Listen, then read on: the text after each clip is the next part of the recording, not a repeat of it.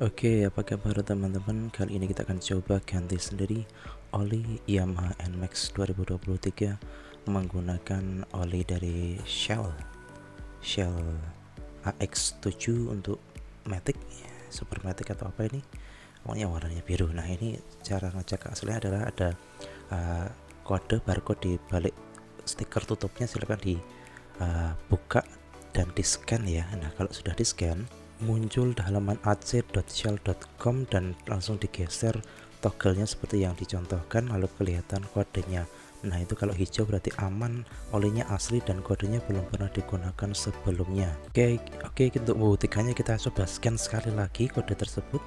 Nah, terus kita masuk ke halaman ac.shell.com dan digeser toggle-nya, scroll sampai thank you, terus klik continue. Nah, ini muncul peringatan bahwa kodenya asli tapi sudah pernah digunakan sebelumnya. Jadi kalau kodenya ini yang muncul asli tapi oranye, berarti botolnya kodenya pernah dipakai brandiskan sebelumnya. Nah, berarti kalau tadi hijau aman. Nah, teman-teman kalau pakai oli Shell yang ada barcode-nya atau oleh apapun, silahkan di scan biar dan dirusak kode stikernya biar tidak digunakan oleh orang lain. Nah, itu salah satu tips dari saya untuk membedakan oli Shell asli atau palsu berdasarkan hasil scan barcode.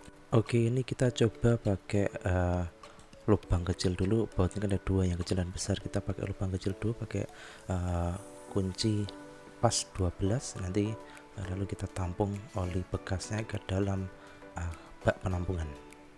Jangan lupa melepas lubang pengisian oli biar udaranya masuk dan oli bisa terbuang dengan lebih cepat. Nah, untuk menuntaskan proses penggantian oli, saya buka juga dengan kunci pas ukuran 17, baut yang besar yang isinya adalah filter oli, sehingga semua oli bekas bisa terbuang dengan tuntas ya. Jangan lupa baut yang besar dan juga per serta saringan olinya dibersihkan menggunakan lap bersih atau tisu. Nah, setelah itu pasang kembali baut-baut pembuangan olinya termasuk saringan dan pernya, jangan sampai kebalik posisinya. Yang besar dan yang baut kecil, baut 17 dan juga baut ukuran 12 nanti dikencangkan dengan kunci yang pas. Ini sementara saya pakai kunci yang ada. Nah, mungkin besok kita beli kunci yang lebih proper ya. Sementara kita pakai kunci Inggris sudah cukup, tapi teman-teman harap pakai kunci yang proper biar tidak gampang lecek bautnya. Bersihkan pula baut oli dan sekitarnya sampai kering agar kita bisa mendeteksi apabila terjadi kebocoran, dan jangan terlalu kencang dalam mengencangkan bautnya biar tidak cepat dol atau slak. Oke, kita pakai oli yang 1 liter. Nah, karena NMAX itu dari buku manual dan juga di dipsticknya dituliskan 900 ml, maka oli dalam botol saya kurangi 100 ml menggunakan bantuan mangkok yang sudah saya kalibrasi dengan gelas ukur. Nah, akan lebih mudah jika teman-teman langsung pakai gelas ukur, tapi karena saya masih pakai itu buat makanan, jadi ya saya pindahkan ke sini biar lebih mudah dan enak ngebersihkannya. Lalu dengan menggunakan bantuan corong ya, kita masukkan oli baru ke dalam mesin. Semuanya ya sudah kita kurangi 100 ml tadi, jadi 900 ml atau 900 cc sesuai dengan buku manual dari Yamaha. Kita masukkan semuanya. Nah, ini corongnya ya kebetulan adanya seperti itu, jadi teman-teman kalau mau sering mengganti mungkin lebih baik jika beli yang khusus untuk mengganti oli yang ada lehernya panjang seperti itu. Yang jelas pakai corong akan jauh lebih mudah dibandingkan kita menuangkannya tanpa menggunakan corong. Setelah tuntas tertuang semua, kita tutup lubang pengisian olinya dengan dipstick yang sudah dibersihkan. Nah, setelah kita selesai mengisi, mari kita ukur berapa sih volume oli bekas yang tadi dipakai selama sekitar 1000 km.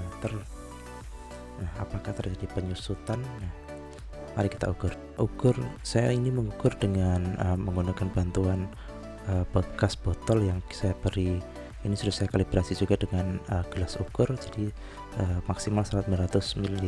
Nah tapi ternyata ini saya temukan ada sisa, jadi lebih banyak daripada yang seharusnya ada di dalam mesin.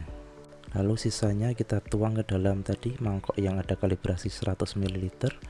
Nah kita temukan bahwa kemudian ternyata oli bekasnya itu volumenya sekitar 1 liter lebih dikit ya. Jadi asumsi saya bahwa pada saat penggantian kemarin di bengkel resmi, olinya dituangkan 1 botol semua yang dari oli pabrikan, oli gratisnya.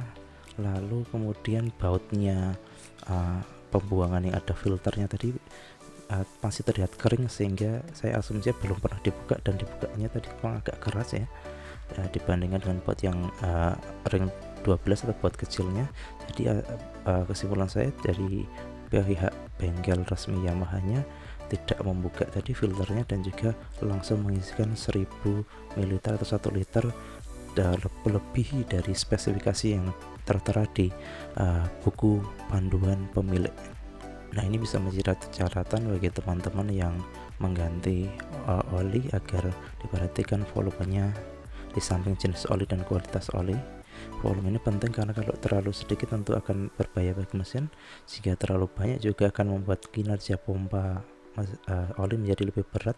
Ya meskipun ada anggapan bahwa Yamaha itu boros oli ya katanya, cuma memang kita harus sebaiknya mengikuti prosedur atau buku petunjuk yang diberikan. Nah jika ada sisa oli nanti bisa ditambahkan setelah mungkin 1000 km atau 1500 km, sekedar untuk jaga-jaga apabila terjadi penyusutan oli.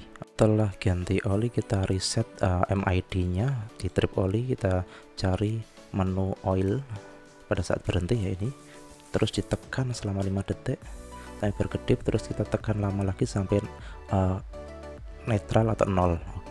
Oke, sekian sharing dari saya, semoga bermanfaat. Klik like apabila teman-teman menyukainya, dan subscribe biar saya tetap semangat untuk membuat konten. Terima kasih.